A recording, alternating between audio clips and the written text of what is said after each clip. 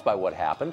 But Yvette Felarca is not among those people. Besides working as a public school teacher in California, she is the national organizer for the Coalition to Defend Affirmative Action, Integration, and Immigrant Rights, and Fight for Equality by Any Means Necessary. BAM is the acronym. Felarca is willing to integrate violence into her political agenda, as you can see from this clip of her disrupting a rally last summer in Sacramento. Are these people going to get off our street? We don't have freedom of speech. Here you go, boy. Hey, save your shit. Be nice. Be nice. Come here now. Off our streets. Get the off our streets. You. Sir, please. Just here to protest. Please up. Stand down. Get out. Get back. Felarca helped organize the Berkeley protests, and she says activists ought to copy its tactics for other speakers and events around the country. Yvette Felarca is with us now. Yvette, thanks a lot for joining us. So you did a bunch of interviews after, and you were asked about this, and you were, to your credit, I think, very straightforward about it and unapologetic. And you said, yeah, this guy was a fascist, Milo's a fascist, and we shut him down. You didn't pretend otherwise. We shut him down, and that's what you do with fascists. I think I'm characterizing what you said correctly. Just so we can understand the standard here, what is a fascist? So a fascist is someone who's organizing a mass movement that's attacking women, immigrants, black people, other minority groups in a movement of genocide. That's what a fascist is. Okay. So it's someone who's committing violence? And it's someone who's committing violence and who's trying to organize other people to commit violence. Okay. And Milo Yiannopoulos is a fascist. Okay. So he's committed acts of violence against the protected groups you mentioned? Well, what he's doing is he's trying to be the youth face and the token that other people who are organizing violence try to hide behind. And so in all of his talks all over the country, what Yiannopoulos has done is whip up a whole lynch mob mentality where people who come to see him or his supporters not only agree with his views, but also attack other people. And that was certainly true in Washington State when one of his supporters came and actually shot an anti-fascist protester.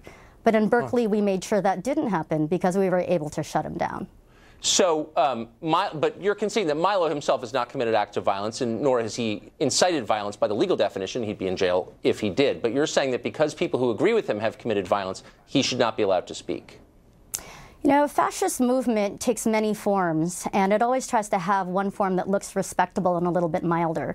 But Yiannopoulos isn't just a stand-up comedian, and he isn't someone who just has ideas and posts them up on YouTube.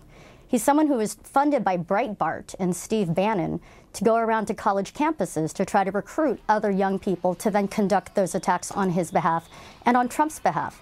But I'm really, really glad to say that thousands of us were out there last week, or February 1st, and made sure that there were thousands of us to make sure that we defended our campus, this community, and especially the immigrant and Muslim students who were under attack and have been under attack by him and other fascists. Right, and by using violence, I mean, you don't shy away from that by any means necessary is the name of your group, and so it implies violence. So what should we do with fascists? I mean, if you think that someone is espousing genocide, what should we do with them? I mean, should that person be allowed to walk free?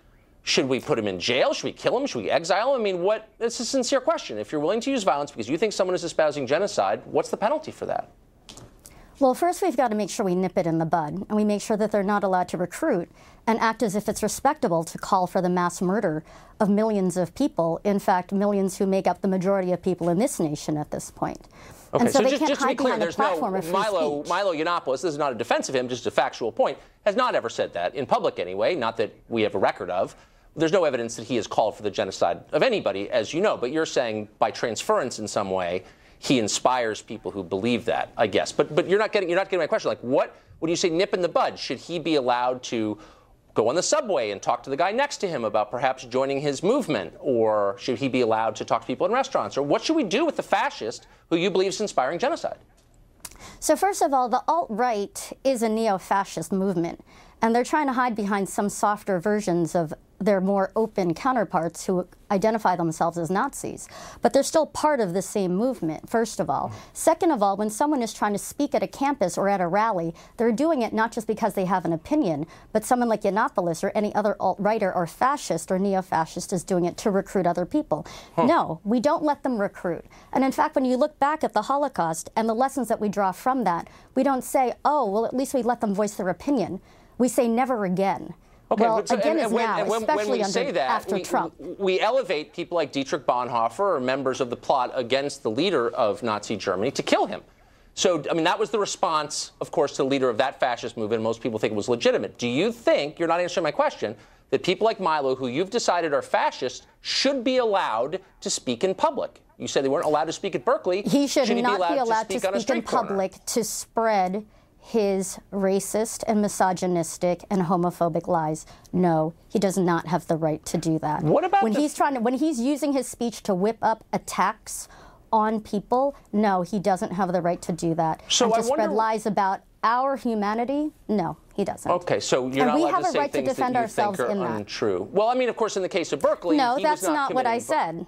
Okay. I didn't say you're not allowed to say things that are untrue. But if you're trying to spread racism and hostility, misogyny, rape, whip up people to lynch people, or to certainly have that mentality to rape people or to lynch them, absolutely not. And any decent human being, whether it was in a classroom or at a restaurant, if they heard someone doing that, would turn around and tell them, you need to stop talking. You are not welcome here. This is not a safe environment. You need to go.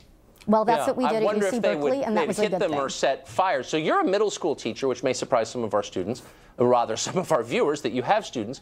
The First Amendment was always kind of the cornerstone of American civic life, the idea that you have the right to say something that other people may vehemently disagree with, but you have that right. It's enshrined in the Bill of Rights. Do you teach that to your students? The First Amendment is about free speech, but that's not an abstraction. And if there was someone in my classroom who was espousing rape or genocide or attacks on Muslims, I would certainly make sure that I stood up for the rest of my students and told them they need to stop. And if they refused to, they would need to leave. Would you hit them? In fact, fascism isn't just about abstract. No, I'm not finished though yet. And I'm not finished yet.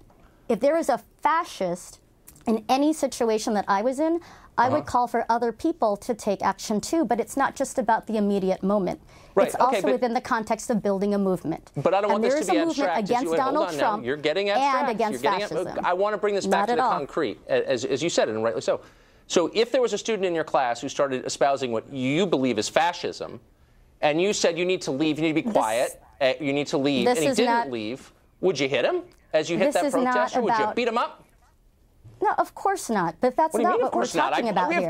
We're talking about people who, you know what? In Sacramento, there were fascists who had knives tied at the ends of sticks, and they stabbed people, including us. Not the man that you hit. He looked kind of unarmed to me. Oh, yes, actually, they did. And it's funny to you, but it's actually not funny to the rest of us. And that's why we take this really seriously. I know that you take it seriously, and that's why I'm asking you a really simple question. But I am serious as a heart. I am serious as a heartbeat, I believe you. Oh, I believe that you're serious. And we're not talking about a classroom. We're talking about people who are trying to kill and murder people and who've already done it. And who are trying to create a hostile environment on these campuses in order to do that. No, that's not a safe environment for immigrant students. That's not a safe environment for women or Muslim students or trans students. And so, yeah, we have a right to defend ourselves and real free speech. Let me ask you one last question, Yvette, if I may.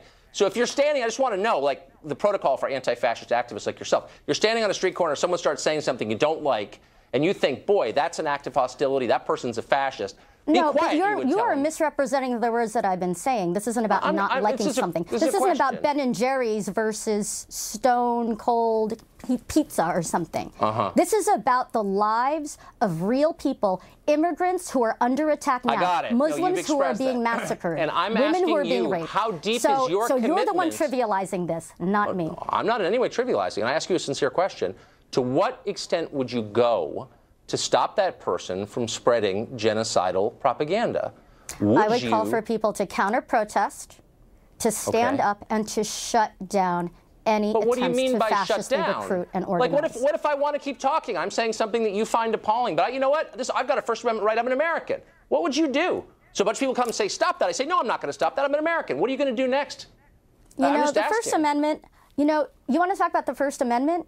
Coretta Scott King's letter wasn't allowed to be read on the floor of the Senate last week under the Constitution in the Senate. That's exactly what happened. And yet, at the same time, you're the one then who's actually trying to defend someone like a fascist speaking and recruiting at a college campus. All right, Yvette, I'm proud to say that we all stood up and we shut him down. I don't want to abridge your speech rights. All right, thanks for coming on and showing us what you believe. Up next, teachers at a Virginia high school are posting